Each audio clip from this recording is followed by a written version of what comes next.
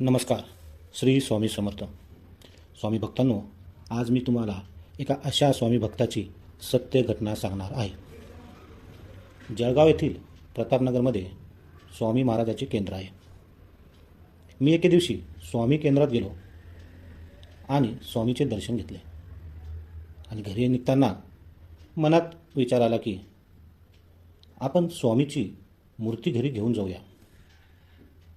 आणि मंदिरात असलेल्या दुकानातून मी महाराजांची पितळी मूर्ती घेऊन घरी आलो आणि देवघरात ठेवली.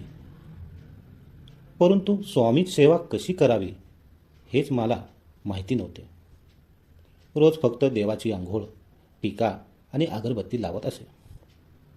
मग हळूहळू कधीतरी एकदा केंद्रात जात होतो. परंतु कोणाशी ओळख नसल्याने कोणाला विचारावे ही मनात द्विधा मनस्थिती होती. एके दिवशी केंद्रात असणाऱ्या दुकानात नजर टाकली आणि तेथे असणाऱ्या अनेक पुस्तकांमध्ये मला नित्यसेवा पुस्तक दिसले. हे पुस्तक मला विकत घ्यावेसे वाटले आणि त्यातल्या आरत्या कालभैरव अष्टक मी रोज म्हणू लागलो. अशातच एक स्वामी भक्त माझ्या घरी आले, पण त्यांनाही अनेक गोष्टीचे पूर्ण असे ज्ञान नव्हते. त्यांनी उलटपक्षी मला सांगितले की मी मूर्ती घरी का आणली आणि मूर्तीचे नियम खूप कठीण असतात. मूर्तीऐवजी मी एखादी स्वामीची प्रतिमा आणायला हवी होती. त्यांनी वरती मला सल्ला देखील दिला की तुम्ही ही मूर्ती देवळात ठेवून या किंवा विसर्जन करून टाका. मी आणि माझा परिवार विचारात पडलो की आता काय करावे. पुन्हा माझे पाय केंद्राकडे वळाले. पण आपल्याला आता कोणाशी तरी बोलावेच लागेल. त्या दिवशी नेमका गुरुवार होता आणि केंद्रात स्वामी भक्तांसाठी प्रश्न उत्तराचा दिवस होता. आणि केंद्रात असणाऱ्या एका सेवेकरी दादांना माझ्या समस्या सांगितल्या. ते मला म्हणाले, आपण आपल्या बापाला कधी घराबाहेर काढतो का? नाही ना. मग तुम्ही का मूर्ती न ठेवण्याचा विचार करता? तुम्ही स्वामींना रोज अगरबत्ती लावत असालच ना. मग बस. स्वामींना ही सेवा देखील पुरी आहे. स्वतः स्वामींना तुमच्या घरी येण्याची इच्छा असल्यावर तेथे तुमचे काय चालणार? हे सगळे जे घडते ते स्वामीच्या इच्छेनंच. निवांत राहा. त्या दिवसापासून स्वामी माझ्याकडून आणि माझ्या परिवाराकडून हळूहळू सेवा करून घेऊ लागले. त्यात स्त्रीसूक्त, पुरुषसूक्त, तारक मंत्र, कालभैरव अष्टक आणि स्वामी मंत्र अशी सेवा आमच्या हातून आपोआप स्वामी करून घेऊ लागलेत. न चुकता अशी सेवा हातातून घडत गेली आणि दर गुरुवारी केंद्रात जाण्याची ओढ लागत गेली. पण अचानक सगळं व्यवस्थित चालू असताना माझ्या कुटुंबावर एक संकट आले आणि तेथून खरी परीक्षा सुरू झाली. सर्वीकडे कोरोना व्हायरस या आजाराने थैमान घातले होते. अशातच माझ्या आईची तब्येत बिघडली आणि डॉक्टरांनी कोरोना टेस्ट करण्यास सांगितले. रिपोर्ट नॉर्मल येण्यासाठी स्वामींची अधिक सेवा कशी करावी हे स्वामी सेवेकरीकडून जाणून घेतले. त्यांनी सांगितली ही सेवा केल्याने रिपोर्ट नॉर्मल येईल. झाले उलटेच. आईचा रिपोर्ट पॉझिटिव्ह आला. शंका आणि संशय हे श्रद्धेच्या मार्गातील सर्वात मोठे अडथळे. रिपोर्ट असा आल्याने मनात शंका निर्माण झाली आणि परिणामी स्वामीविषयी असलेली श्रद्धा जवळजवळ उडाली. आईचा रिपोर्ट पॉझिटिव्ह आल्याने आम्हा परिवाराला सगळ्यांना टेस्ट करण्यास सांगितले. पुन्हा आपला रिपोर्ट तरी निगेटिव्ह यावा यासाठी पुन्हा माझ्या लहान मुलांसह सर्व क्वारंटाईन सेंटर येथे स्वामीची उपासना करू लागलो. पुन्हा माझ्या सह माझ्या परिवाराचे देखील सर्वांचा रिपोर्ट पॉझिटिव्ह आला. आता यापुढे स्वामी सेवा करायची नाही असे मनात ठरवलं. परंतु या मागे स्वामीची लीलाच असेल हे आपल्या सर्वसामान्य माणसाला कळत नाही. मला स्वामीचा प्रचंड चीड येऊ लागली. प्रसंगी मी स्वामीबद्दल अपशब्द बोलू लागलो. परंतु अनेकांना खूप त्रास झाला. अनेक जण यात दगावले सुद्धा.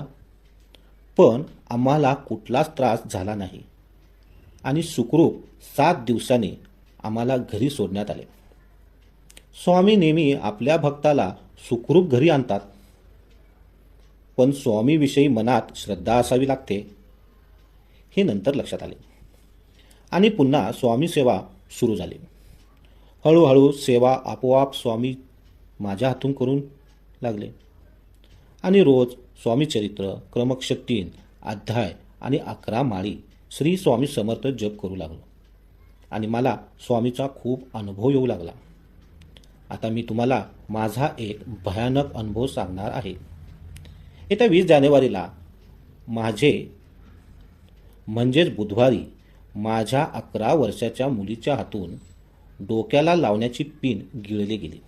मी रागावू नाही म्हणून त्यावर तिने पाणी पिऊन घेतले आणि काही वेळाने आम्हाला सांगितले.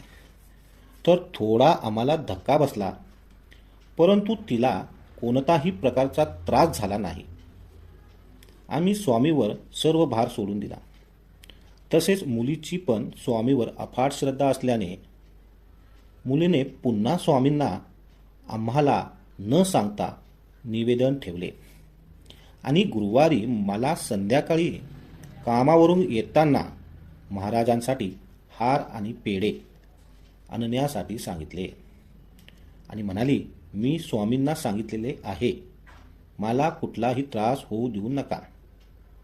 मी तिने सांगितल्याप्रमाणे हार आणि पेढे घेऊन आलो. ती देखील खूप आनंदित झाली आणि स्वामींना हात जोडून प्रसाद म्हणून तिने स्वामीपुढे पेढे ठेवले. पण मुलीची जात असल्याने आणि वय देखील लहान असल्याने मला स्वामींनी काय बुद्धी दिली आणि मी माझ्या ओळखीच्या डॉक्टराकडून एक्सरेची चिठ्ठी लिहून घेतली आणि मुलीच्या छातीचा आणि पोटाचा एक्सरे काढला. तर एक्सरेत तिच्या पोटात पिन दिसली. पुन्हा सर्व भार आम्ही स्वामींवर सोडला. स्वामी आपल्यावरच का संकट आणतात? तिच्या आईने तिला धीर दिला आणि म्हणाली, चूक आपण करावी आणि त्यात स्वामी काय करतील? पोटात पिन गेली तर ती एक्सरेमध्ये दिसणारच ना. पण मला पिनाला अलगद कसे बाहेर काढता येईल काम आहे. तू फक्त स्वामीचे नाव घे असे तिला आईने सुचवले. इकडे इंडोस्कोपी मध्ये प्रसिद्ध असलेले डॉक्टरांचा पत्ता मी मिळवला. एक्सरे घेऊन डॉक्टरांकडे गेलो. तेथे गेल्यावर डॉक्टर घरी निघण्याच्या तयारीत होते.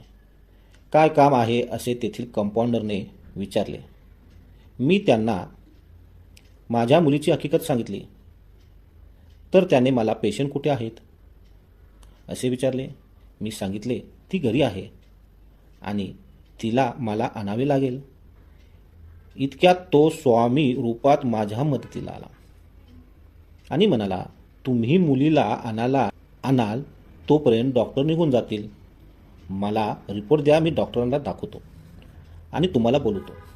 मी प्रचंड घाबरलो होतो आणि माझ्या मनात स्वामी जप सुरूच होता. तितक्यात मला बोलवणे आले आणि त्या डॉक्टर MD त्यांची फी 500 रुपये मी अगोदर बोर्डावर वाचून घेतली होती. त्यात आत गेल्यावर डॉक्टरांनी माझ्याशी तब्बल 20 मिनिटं चर्चा केली आणि म्हणाले, घाबरू नका, तिला अजून काही त्रास नाही ना. तर मग आपण विष्टेवाटे निसटण्याची वाट पाहू. मी म्हणालो, सर उगाच रिक्स नको, खर्च लागला तरी लागू द्या, पण तुम्हाला योग्य असेल ते करा. डॉक्टर म्हणाले, पैसे कुणाला नको, परंतु मुलगी लहान आहे, माझे 10 मिनिटाचे काम आहे. तुम्ही म्हणत असाल तर अजून उद्यापर्यंत वाट पाहू. डॉक्टरांनी माझ्याकडून कुठलीही फीस न घेता पोट साफ होण्यासाठी एक बाटली लिहून दिली. काल रात्री तिला औषध दिली आणि आज सकाळी तिच्या विष्ठेवाटे तिची पिन अलगद बाहेर निघाली.